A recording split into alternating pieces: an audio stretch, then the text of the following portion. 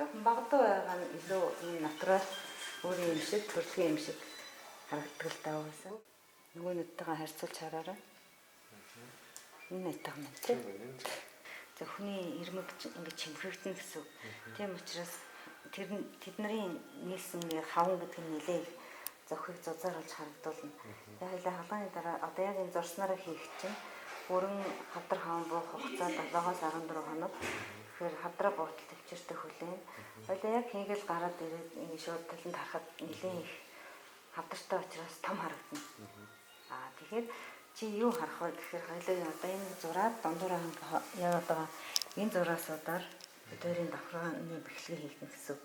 Дээшээ толиод дэшээ болгон хараарай.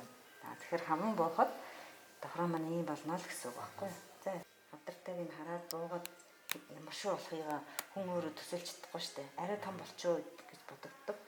Нэг сарын хугацаанд арабик энэ өсвөлттэй янз бүрийн фитнес дасгалууд хийхгүй, цагс тоглохгүй, гэмтэж болохгүй л гэсэн үг. За тэгэхээр энэ нэг нарийнхан хүний өс шиг нарийнхан уцаар аяж байгаа учраас тэр нь мултарчих магадaltaй болохоор гэмтэж болохгүй. Тэрэн дээрээс анхаарах шүү. За.